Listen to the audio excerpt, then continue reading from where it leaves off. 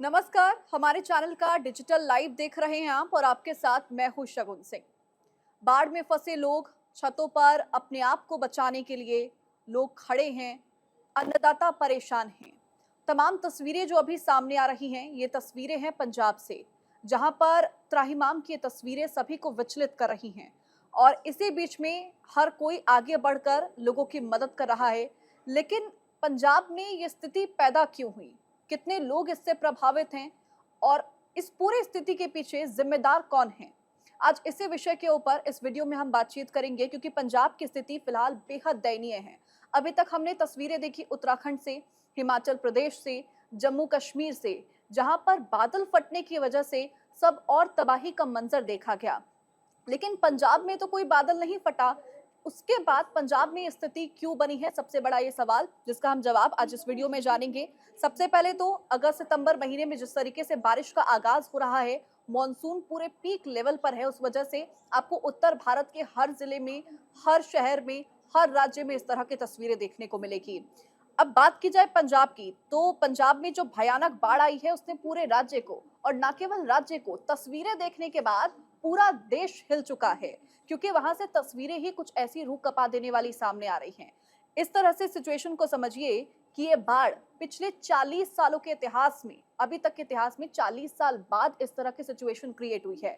इससे पहले 1988 में पंजाब में इस तरह की सिचुएशन आई थी, जब बाढ़ बारिश की वजह से लोग परेशान थे।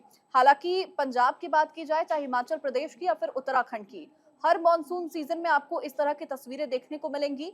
लेकिन 40 साल बाद इस तरह की भयावह स्थिति वहां पर पैदा हुई है। 1300 से ज्यादा गांव वहां पर डूब चुके हैं, लाखों लोग प्रभावित हैं, लगभग 2.5 लाख से ज्यादा लोग प्रभावित हैं। और इस कदर प्रभावित हैं कि लोगों को अपने छतों के घरों के छत पर खड़े होना पड़ रहा है और अपनी जान को बचाना पड़ रहा है, क्योंकि बाढ़ इस तरह वहां पर आई हुई है कि लोगों को बचाना खुद को मुश्किल हो जा रहा है। मवेशी बहते हुए नजर आए वहां पर, जो पूरे खेत खलिहान हैं वो पानी में डूब चुके हैं, जलमग्न हो चुके हैं। ऐसे में किसानों के ऊपर, अन्नदाता के ऊपर ये सबसे बड़ी मार देखी जा रही है।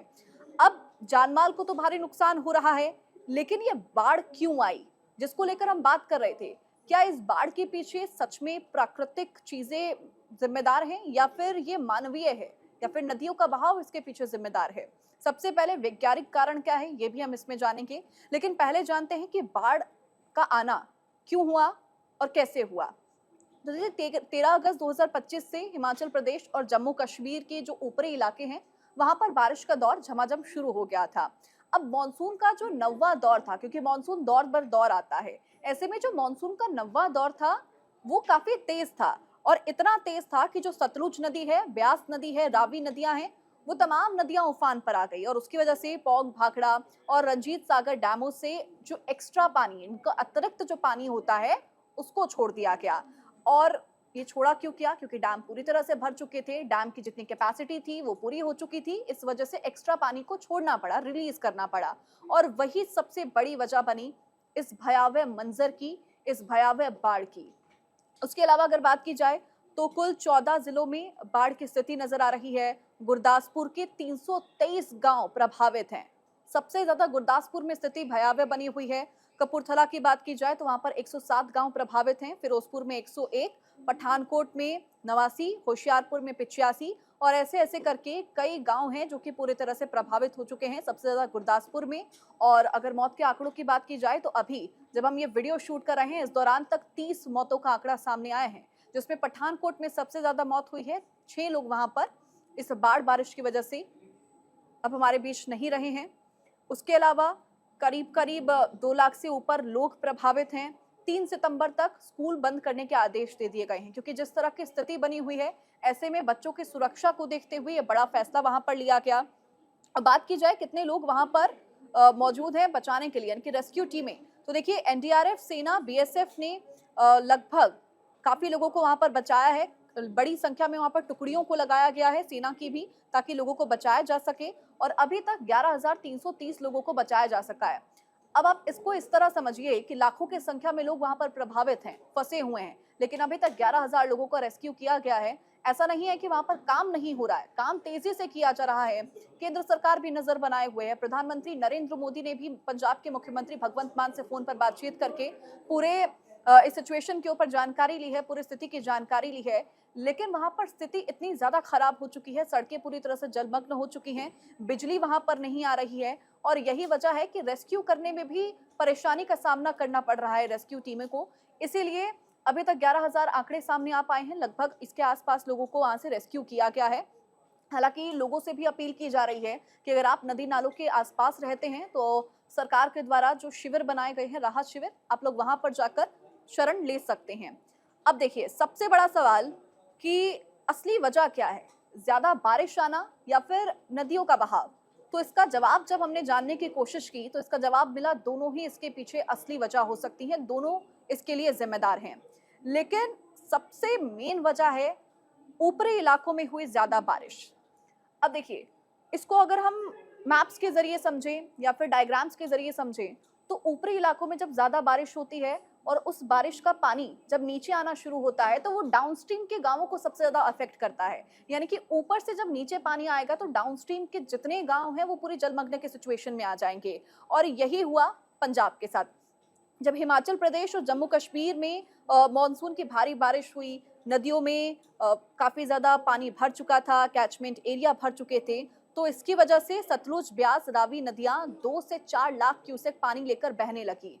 अब इस बहाव की वजह से वो पानी जब नीचे आया, डैमों में पानी छोड़ा जाने लगा, तो डाउनस्ट्रीम में बहाव बढ़ गया। यानी कि जो डाउनस्ट्रीम के इलाके थे, उसमें पानी ज़्यादा एंटर हो चुका था। अब क्लाइमेट चेंज से जो मॉनसून है, उसमें हमने काफ़ी अनियमितता देखी, यानी कि मॉनसून के अंदर आप कोई फिक्स्ड पैटर्न नहीं देखेंगे इस बार के, जिसकी वजह से बारिश काफ़ी ज़्यादा हुई और यही वजह है कि 70% भारी बारिश से नुकसान हुआ है इस पूरी सिचुएशन में और 30% डैम रिलीज से हुआ है। यानी कि आपने 1988 में अगर पूरी जानकारी, क्योंकि हम 1988 का भी यहाँ पर ज़िक्र करेंगे, 1988 में जो पंजाब में सिचुएशन हुई थी, उसमें सबसे ज़्यादा जो कारण था, वो था वहाँ की होती लगातार बारिश। लेकिन इस बार दोनों चीज़ें यहाँ पर मेन है, 70% बारिश का इसमें हाथ है और 30% इसमें हाथ है डैम से रिलीज़ किए पानी के पीछे। अब इसके पीछे कुछ और भी सिचुएशंस हैं, वैज्ञानिक कारण यानी कि साइंटिफिक रीजंस की अगर हम बात करें, तो हिमालय क्षेत्र का भूगोल यानी कि जियोग्राफी इसमें काफ़ी ज़्यादा मैटर करती है। अब वो कैसे? तो देखिए, पंजाब मैदानी इलाका है, हम सभी जानते हैं, इसलिए हम बार-बार कह रहे हैं कि ऊँचाई से डाउनस्ट्रीम के इलाकों में पानी आया है। लेकिन जो नदियाँ हैं, वो ऊँचे पहाड़ों पर हैं और इसी वजह से जब क्लाउड बर्स्ट वहाँ पर तेज़ी से होता है, तो क्लाउड बर्स्ट का जो पानी है, वो तेज़ी से बहता है और उसकी वजह से पूर्व, दक्षिण, पश्चिम से वेदर सिस्टम एक साथ आते हैं, जिससे नमी बढ़ जाती है और नॉर्थ इंडिया में ज़्यादा बारिश होनी शुरू हो जाती है। नॉर्थ इंडिया में अभी आप बारिश का दौर देख ही पा रहे हैं और इसी में पंजाब भी शामिल हो चुका है। उसके अलावा नदियों में गाद जमा हो जाती है, जिससे कैपेसिटी कम हो जाती है नदियों की और इसी वजह से स्लिटिंग से नदियाँ जल्दी ओवरफ्लो होने लग जाती हैं, जिसकी वजह से आपने शहरी इलाकों में भी देखा होगा कि पानी बढ़ जाता है। उसके अलावा डैम मैनेजमेंट का भी इसमें बड़ा रोल है। भाखड़ा, सतलुज, पौंग, ब्यास, रंजीत सागर जो कि रावी नदी पर बना हुआ है, वहाँ से पानी बड़ी मात्रा में छोड़ दिया गया। अगर बात की जाए पौंग डैम की, तो वहाँ से 1393 फीट पर वो पूरा पानी पहुँच चुका था, जो मैक्सिमम से काफ़ी ऊपर है। इस वजह से वहाँ से पानी छोड़ दिया गया और उसके अलावा भी इसमें कई रीज़न्स हैं, जिसमें अभी तक 30 लोगों की मौत की खबर सामने आ रही है। अब बात की जाए 1988 की, तो देखिए 1988 में पंजाब में जो सिचुएशन बनी थी, वो काफ़ी ज़्यादा दयनीय थी। वहाँ पर उम्मीद से ज़्यादा बारिश हो गई थी। अब उम्मीद से ज़्यादा बारिश का आप मतलब इस तरह समझिए कि उम्मीद की गई थी कि इस बार 30% तक बरसात होगी, लेकिन वहाँ पर उसका 4 गुना पानी बरसा था, जिस वजह से 1988 में त्राहिमाम की सिचुएशन पंजाब में देखी गई थी। उस वक़्त भी 1500 से ज़्यादा लोगों की मौत हो गई थी और स्थानीय लोगों की अगर माने, तो ये 1988 से मतलब 2025 में जो हालात पंजाब में हैं, वो 1988 वाले बाढ़ की सिचुएशन से ज़्यादा भयावह हैं। वहाँ पर उस समय 1500 लोगों की मौत हुई थी, हालाँकि अभी तक 30 मौतों का आंकड़ा सामने आया है। 75% खरीफ फसल उस समय बर्बाद हो चुकी थी, लेकिन उस वक़्त मानव जनजति आपदा के आरोप भी उस टाइम लगे थे। यानी कि उस समय ह्यूमन रीजंस भी माने गए थे, साइंटिफिक रीजंस हो गए, नेचुरल डिजास्टर के रीजंस हो गए, लेकिन उस समय ह्यूमन रीजंस भी थे। लोगों का हाथ भी उसके पीछे माना जाता था, क्योंकि उसको सिर्फ प्राकृतिक नहीं कहा गया था। डैम मैनेजमेंट ने बारिश का सही अनुमान नहीं उस समय लगाया था। अचानक डैम के गेट खोल दिए गए थे। 22 से 26 सितंबर, यानी 1988 में भी सितंबर का ही महीना था जब पंजाब पूरी तरह से डूब चुका था। उस समय डैम टूटने लगे थे, टूटने के कगार पर आ गए थे और पानी छोड़ा जाने लगा। पानी छोड़ने की वजह से पंजाब पूरी तरह से डूब गया था। पंजाब में उग्रवाद और अलगाववाद चरम पर भी था उस समय, और ऐसे में गेट खोलने को साजिश भी बताया गया था कि उस समय साजिश भी की गई थी। फिलहाल जो सिचुएशन वहां पर बनी हुई है, ऐसे में जितने लोग हैं वो आगे बढ़ते हुए नजर आ रहे हैं, सहायता के लिए आगे आ रहे हैं। चाहे बॉलीवुड स्टार्स की आप बात करें, वो सभी, सोनू सूद, दिलजीत दोसांझ, यहाँ पर सभी आगे आते हुए अडॉप्ट भी किया गया है कई गांवों को, और पंजाब की मदद के लिए सब लोग आगे आ रहे हैं। हम लोग भी यही प्रे कर रहे हैं कि पंजाब में जो सिचुएशन है वो जल्द से जल्द बेहतर हो जाए।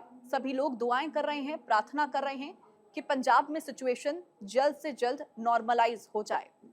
फिलहाल मेरे साथ इस वीडियो में इतना ही। पंजाब की स्थिति को लेकर आप जो कुछ भी सोचते हैं, अपनी राय मुझे कमेंट सेक्शन में जरूर बताइएगा। जहाँ भक्ति है हर शब्द में, कथाओं में छिपे हैं दिव्य रहस्य, और ज्योतिष देता है जीवन को दिशा। धर्म से जुड़ी हर बातों को जानने के लिए हमारे चैनल स्तुति को सब्सक्राइब करें। चैनल पर जाने के लिए इस लिंक पर क्लिक करें।